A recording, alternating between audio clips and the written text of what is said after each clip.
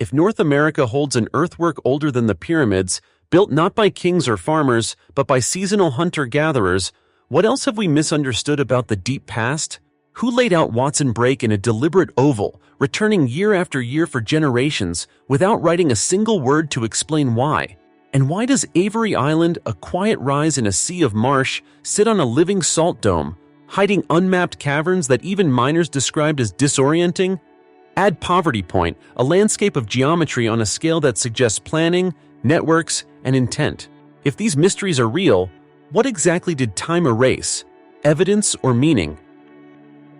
When most people think of Louisiana, they picture swamps, bayous, and communities shaped within the last few centuries. But beneath the damp soil, the thick vegetation, and the slow-moving waterways lies a far deeper layer of history. It is a history without written language, without carved monuments or surviving myths, preserved only through subtle changes in land, geometry, and silence. Louisiana is not a land of towering stone pyramids or grand temples. The ancient cultures that lived here did not build upward. They built low, wide, and deliberately into the landscape. Earthworks were shaped to blend into their surroundings. Trails were formed by repeated movement rather than tools. Shell and soil were arranged with care, then left to weather, erode, and fade. Because of this, many of these structures were long dismissed as natural features. Small hills, odd curves in the terrain, piles of refuse left by early people. Only when archaeologists began paying closer attention to scale, repetition, and spatial design did a different picture emerge. What appeared random was often intentional. What looked simple required coordination, and what seemed temporary demanded planning that extended far beyond a single lifetime. What makes Louisiana's ancient mysteries unusual is not that they defy science, but that they quietly challenge long-held assumptions. For decades, it was believed that large, organized construction required settled agricultural societies. Yet here are earthworks that predate farming, built by communities that moved with the seasons. Projects that took generations to complete were begun and maintained by people without cities, kings, or written records. Alongside human history, Louisiana's geology adds another layer of uncertainty. The land itself is unstable. Salt rises slowly from deep underground, reshaping islands from below. Water erodes coastlines year by year. Swamps dissolve organic material and erase evidence before it can fossilize or be preserved. In this environment, time does not simply cover the past, it actively alters it. As a result, much of what remains is incomplete. Structures survive while their meanings vanish. Pathways linger as faint depressions long after the people who walked them are gone. Patterns endure, but the reasons behind them are lost. The 10 mysteries explored in this video are not isolated puzzles. Together, they form a single pattern. They show a landscape shaped by human intention and natural forces working side by side over thousands of years. What we are left with is not a rewritten history, but an unfinished one. Here, history does not provide answers. It presents evidence without explanation. And in Louisiana, that absence of certainty may be the most revealing discovery of all. 1. Watson Brake. At first glance, Watson Brake does not look extraordinary. There are no towering walls, no sharp angles, no dramatic elevation changes. The site sits quietly in a wooded area near the Ouachita River, its low earthen rises blending almost seamlessly into the surrounding land. For thousands of years, that subtlety helped it remain unnoticed. But beneath that calm surface lies one of the most unsettling facts in North American archaeology. Watson Brake is approximately 5,000 years old, older than the Egyptian pyramids, older than Stonehenge, and older than most monumental architecture anywhere in the Americas. Yet it was not built by kings, priests, or settled farming societies. It was constructed by hunter-gatherers, people who moved with the seasons, followed food sources, and left no written record behind. The site consists of 11 earthen mounds connected by low ridges, forming a large oval-shaped enclosure. This shape is not accidental. The mounds are evenly spaced, the ridges are deliberate, the geometry is consistent. Creating it required planning, coordination, and a shared understanding of design. More importantly, it required time, not months or years, but generations. Archaeological evidence suggests that Watson Break was built gradually over centuries. Groups returned to the same location again and again, adding soil basket by basket, season after season. This means the people who began the project never lived to see it completed, and yet the work continued. That raises a difficult question. Why would a society without permanent settlements invest so much effort into a single place? Watson Break does not appear to be a fortress. It offers no clear defensive advantage. It does not resemble a village laid out for daily living. There is no clear evidence of elite burials or centralized authority. Nothing about it suggests power, wealth, or control. What it does suggest is meaning. Some researchers believe the oval shape may relate to seasonal cycles, the movement of the sun, the timing of floods, or the migration of animals. Others think the site functioned as a gathering place, where scattered groups came together periodically to trade, socialize, or conduct ceremonies. But no theory fully explains why this exact shape was chosen, or why the effort was sustained for so long. What Watson Break ultimately challenges is not one historical detail, but an entire assumption. It shows that long-term planning, shared purpose, and architectural vision did not begin with agriculture or cities. They emerged earlier, among people we once assumed were incapable of such complexity. The Earth still holds their design. What it no longer holds is their explanation. And that absence is where the mystery begins. 2. Avery Island. Avery Island feels out of place the moment you arrive. In a region defined by flat marshland and slow-moving water, the ground here rises unexpectedly. Trees grow thicker. The land feels firmer. Nothing about it suggests danger or mystery at the surface. And yet, everything about Avery Island is shaped by what lies far below it.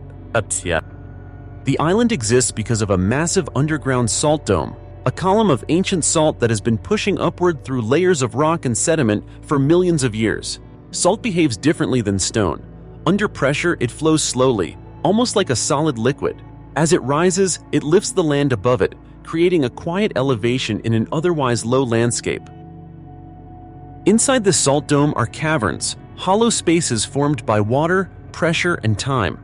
Some are small pockets, others may be long, echoing chambers. The problem is that no one has ever mapped them completely. Much of what lies beneath Avery Island remains unexplored.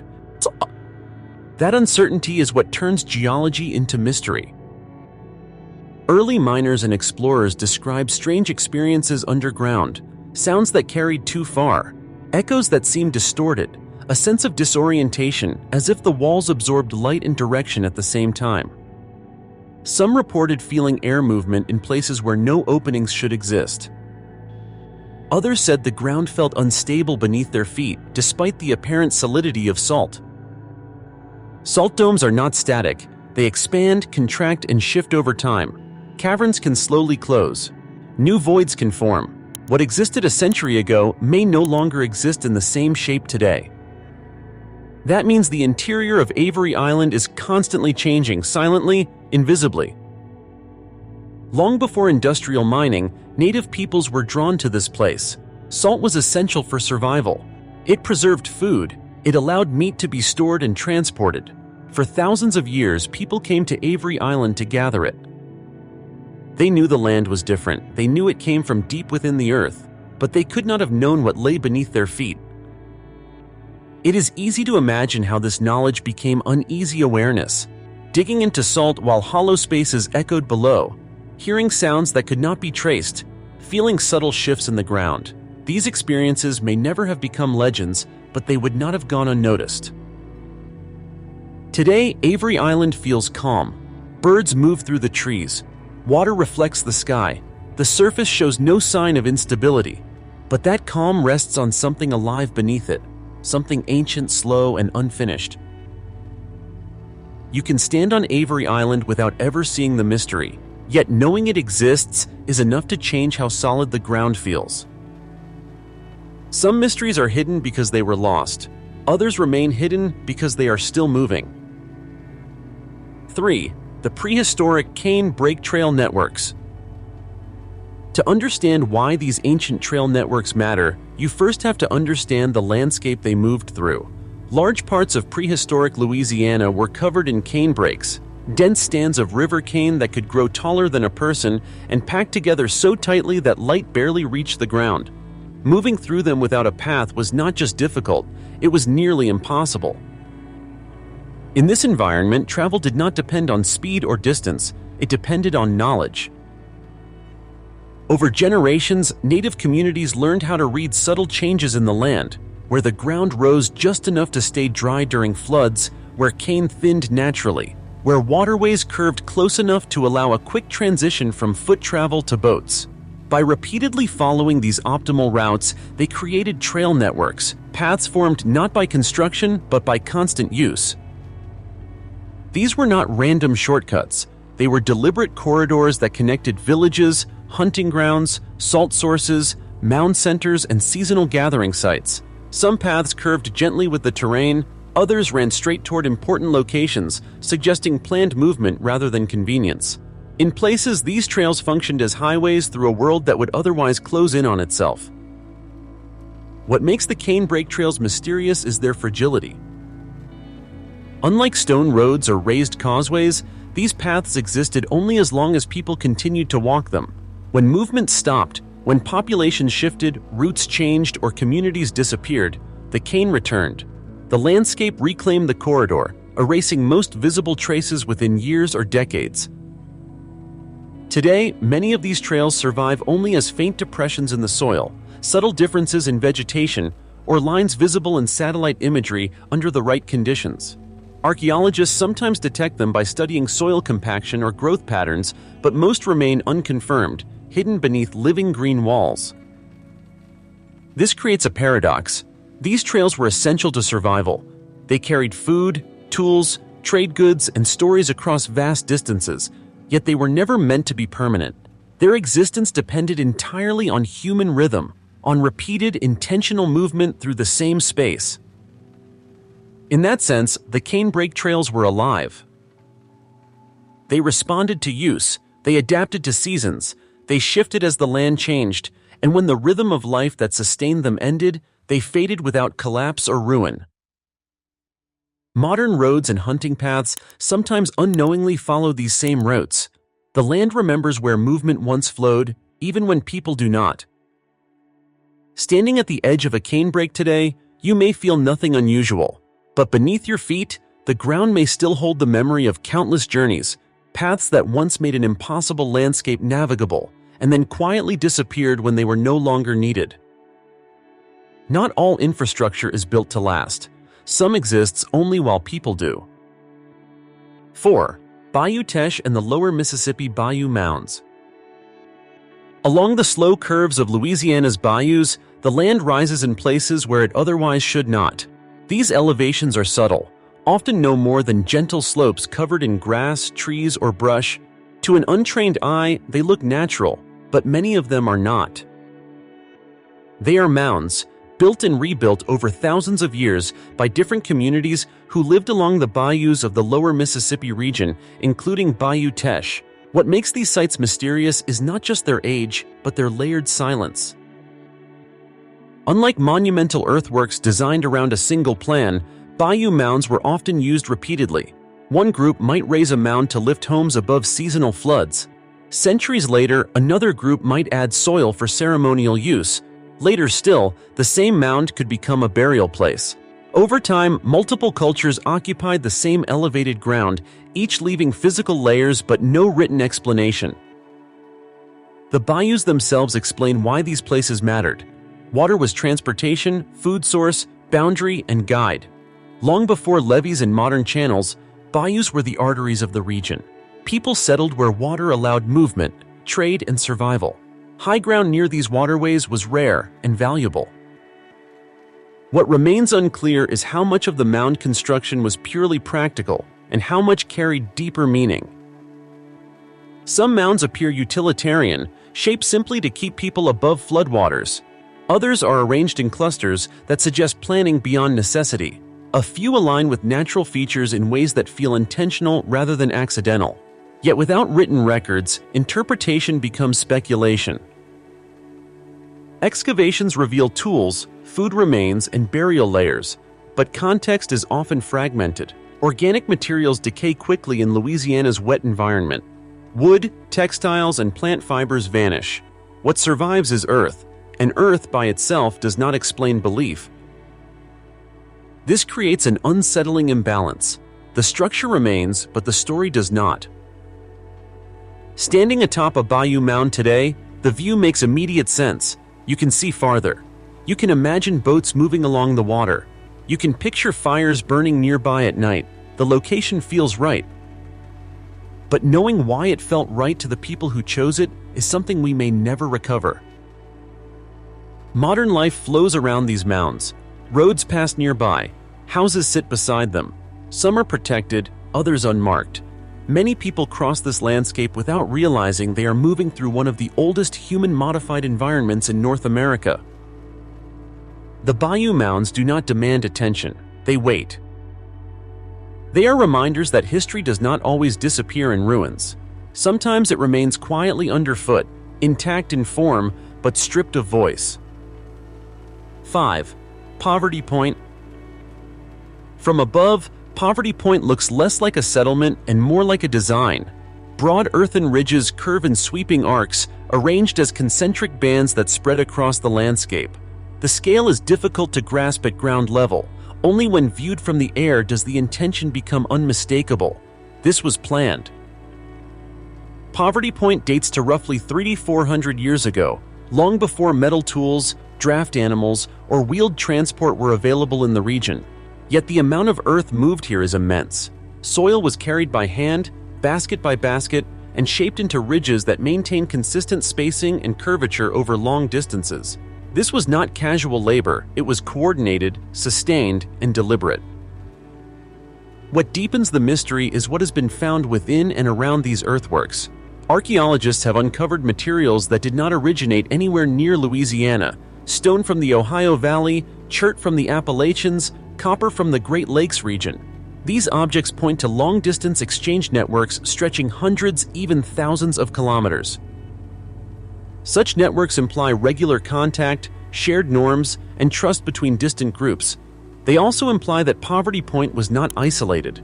It was connected, perhaps functioning as a hub within a much larger system of movement and communication. Yet what kind of place was it? There is little evidence of permanent housing across the entire site. The ridges do not form defensive walls. They are not arranged like streets or fortifications. Instead, they frame open spaces, creating a landscape that feels ceremonial as much as practical. Some researchers suggest Poverty Point served as a periodic gathering center, a place where groups came together seasonally to trade, exchange ideas, perform rituals, and reinforce social bonds.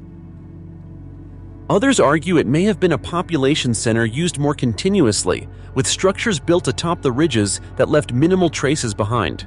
Louisiana's climate complicates the question. Wood decays, plant fibers vanish. What remains is the earth itself. What cannot be denied is the organizational capacity required to create Poverty Point. Planning geometry at this scale demands shared vision. Maintaining trade networks demands social structure. Sustaining construction over time demands purpose that extends beyond individual survival. And yet, no written explanation survives. No carvings describe its function. No oral tradition clearly identifies its role. We are left with precision without instruction, connection without commentary, a design whose meaning has outlived its makers. Poverty Point does not contradict what we know about the past. It exposes how much of it was never recorded. 6. Marksville Site. The Marksville site occupies a quiet stretch of central Louisiana, but its significance reaches far beyond the region. At first, it appears similar to many other mound sites, low earthworks shaped by time and weather. What sets Marksville apart is what was found within it. Artifacts uncovered here show clear stylistic and symbolic similarities to the Hopewell tradition, a cultural network centered hundreds of miles to the north in the Ohio River Valley.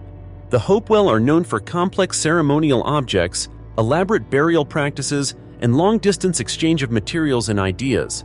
Finding those influences this far south raises an uncomfortable question. How did they get here? There is no evidence that large Hopewell populations migrated into Louisiana. There are no clear signs of conquest or settlement replacement. And yet, at Marksville, ceremonial objects, mound forms, and burial patterns echo a cultural system that stretched across much of eastern North America. This suggests that what traveled was not people in large numbers, but ideas. Marksville appears to have been a place where local traditions and distant influences overlapped. The mounds were used for burials that included carefully arranged offerings, implying ritual significance rather than simple interment. The objects themselves, pipes, ornaments, and worked materials, reflect a shared symbolic language understood across regions. But symbolic exchange is harder to trace than physical trade. Unlike stone or copper, beliefs leave no clear trail. They move through storytelling, ceremony, and shared understanding. Marksville may represent a node in a continent-wide network where communities remained geographically distinct but culturally connected. The mystery deepens when considering intent. Did local groups actively seek out Hopewell ideas to enhance their own rituals? Were traveling specialists, traders, healers, or ceremonial leaders moving between regions, carrying symbolic systems with them? Or did these influences arrive gradually, absorbed over generations until they became part of local identity? There are no written records to clarify the process. What remains are patterns in soil and objects that hint at communication without central authority, a system where culture flowed through relationships rather than control. Marksville challenges the idea that prehistoric North America consisted of isolated, inward-looking groups. Instead, it suggests a landscape of interaction where ideas could cross forests, rivers, and entire regions without leaving obvious traces of their journey. The site stands as evidence that complexity does not require empires, connection does not require cities, and influence does not require permanence. At Marksville, the Earth preserves the result of contact, but the path that brought it there has vanished. 7. Tchefuncte Site. The Tchefuncte site presents a contradiction that archaeologists still struggle to resolve. Here, along Louisiana's waterways, evidence of early pottery appears at a time when societies in the region were not fully settled, agricultural or urban. By conventional models of social development, pottery should come later, after permanent villages and stable food production. At Tchefuncte, it arrives early. Pottery fragments recovered from these sites date back roughly 2,500 to 3,000 years. The vessels were hand-formed, low-fired, and often tempered with materials that suggest careful experimentation rather than accidental invention. This was not crude or incidental technology, it was intentional. Yet the people who made this pottery were still largely hunter-gatherers. They moved with the seasons.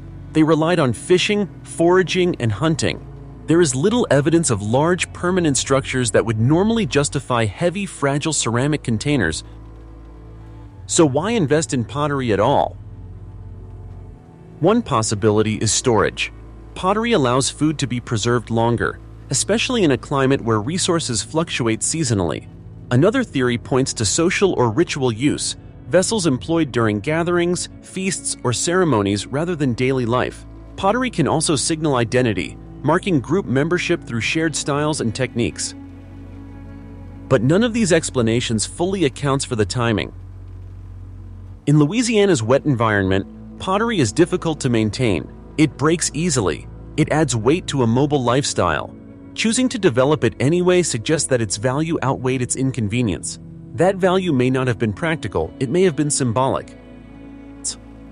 What Tchefuncte reveals is that technological progress does not always follow a straight line. Societies experiment. They adopt tools for reasons that do not align neatly with survival efficiency. Cultural priorities, ritual, memory, identity can drive innovation just as strongly as necessity. The absence of written records leaves us with fragments and context, not conclusions. We know the pottery existed. We know who made it. We do not know why it mattered enough to persist. That uncertainty matters. It forces us to reconsider how we define advancement. If pottery can appear before permanent settlement, then technology is not simply a response to lifestyle. It can be a choice that reshapes it. At Chefunkte, clay holds the imprint of hands that worked against expectation. The vessels survived. The reasoning behind them did not. 8 Bayou Grand Chenier Mounds. Along Louisiana's fragile coastline, time moves faster than history can keep up. Storms reshape the land. Tides cut away at the shore. Saltwater creeps inland, dissolving what once seemed permanent. It is here, near Bayou Grand Chenier, that some of the most vulnerable ancient sites in the state are quietly disappearing. The Bayou Grand Chenier mounds are coastal earthworks built primarily from layers of shell, soil, and sediment. Unlike inland mounds, these structures were shaped in direct conversation with the sea. Shell after shell was placed with intention, forming elevated platforms that rose above the surrounding wetlands. Their construction required repeated effort over long periods of time, proof that these locations mattered. What remains unclear is why. Some researchers believe these mounds functioned as habitation sites, lifting homes above flood-prone ground. Others suggest they served as seasonal gathering places where coastal resources could be harvested and shared. There is also evidence that certain mounds may have held ritual significance, their elevated positions marking places of ceremony or remembrance.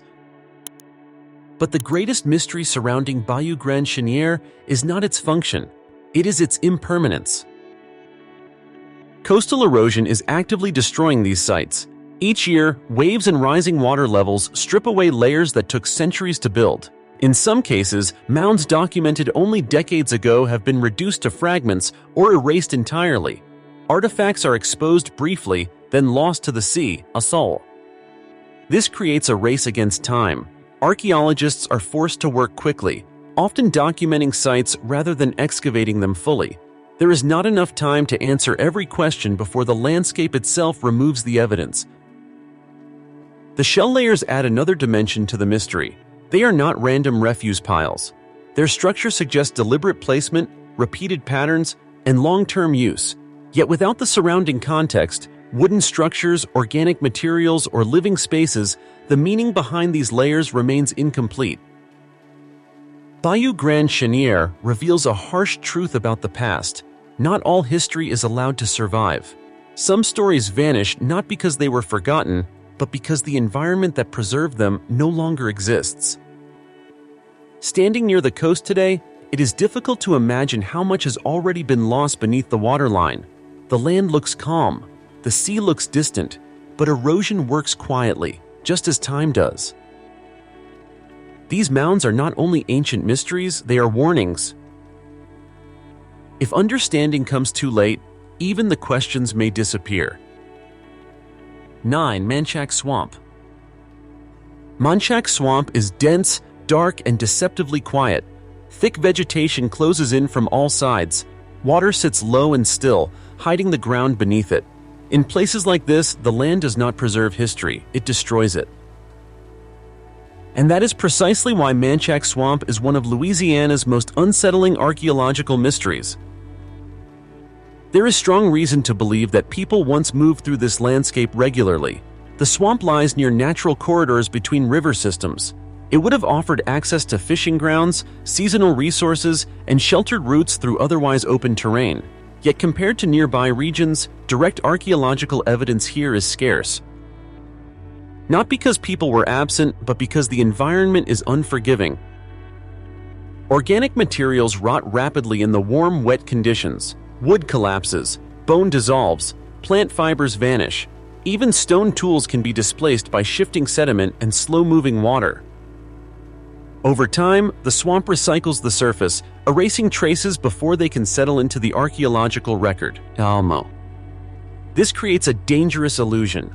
A lack of evidence can be mistaken for a lack of human presence.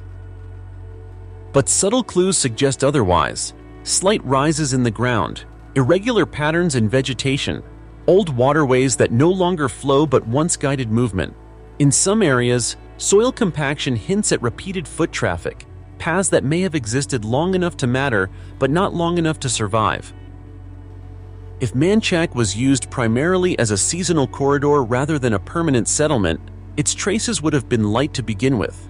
Combine that with an environment designed to erase, and you are left with silence. That silence is the mystery.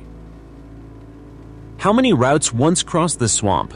How many camps existed briefly, then vanished? How many stories unfolded here without leaving a mark strong enough to endure? These are questions archaeology may never answer with certainty. Manchac Swamp forces us to confront an uncomfortable reality. History is not evenly preserved. Some landscapes record everything, others delete it. What we know of the past is shaped not only by human action, but by where that action occurred. In places like Manchac, the past may be far richer than the record suggests and permanently beyond recovery. Here, the mystery is not what remains. It is what was never allowed to remain at all. 10. Shell rings of the Louisiana coast. Along parts of Louisiana's coastline, archaeologists have identified structures that are easy to overlook and difficult to explain. Shell rings. From the ground, they can appear like low rises or uneven patches of shell and soil. But when mapped or viewed from above, a clear pattern emerges. Circles and semicircles formed with intention. These shell rings date back roughly 3,000 to 4,000 years. They were created by stacking vast quantities of oyster and clam shells, sometimes mixed with soil, into continuous curved forms. The effort required was enormous.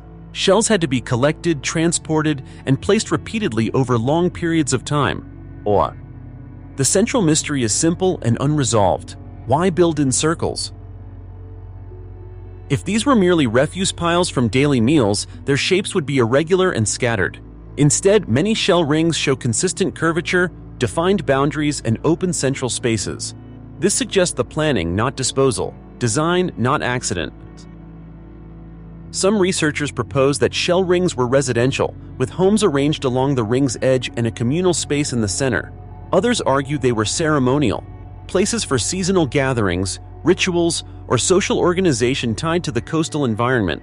There is also the possibility that they served multiple functions over time. What complicates interpretation is what is missing. Wooden structures, posts, and organic materials that might clarify their use have long since decayed. What survives is the most durable element: shell. As a result, structure outlasted meaning. The coastal setting adds urgency to the mystery. Rising sea levels and erosion are actively damaging these sites. Some shell rings have already been partially submerged or destroyed. Others may disappear before they are fully documented. Like the coastal mounds, they exist on borrowed time. Shell rings challenge assumptions about social complexity among coastal hunter-gatherers. They imply coordinated labor, shared space, and repeated communal activity, traits often associated with later, more developed societies, yet here they appear earlier, embedded in a lifestyle closely tied to tides, seasons, and marine resources.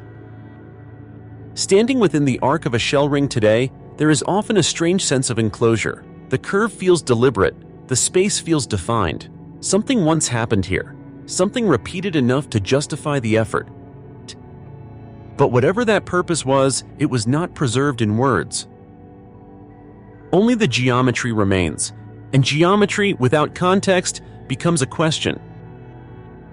When the structures remain, but the meaning does not. Taken individually, none of these 10 discoveries overturn established history. They do not prove lost super-civilizations, advanced technologies beyond their time, or forgotten empires.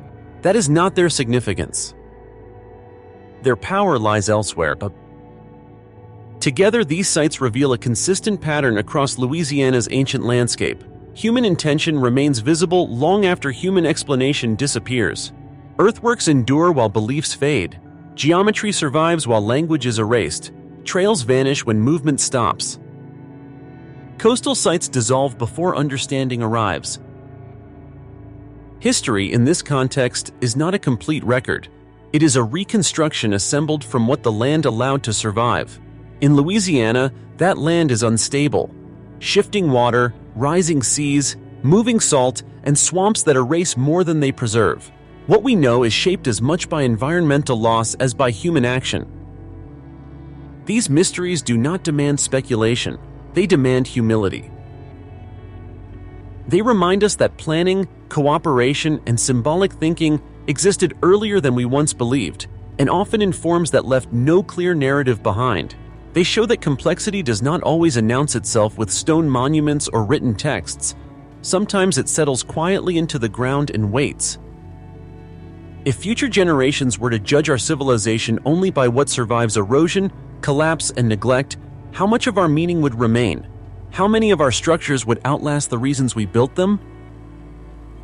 Louisiana's ancient sites offer no final answers.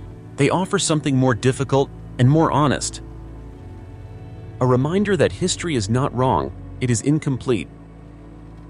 And what has been lost may be just as important as what endures.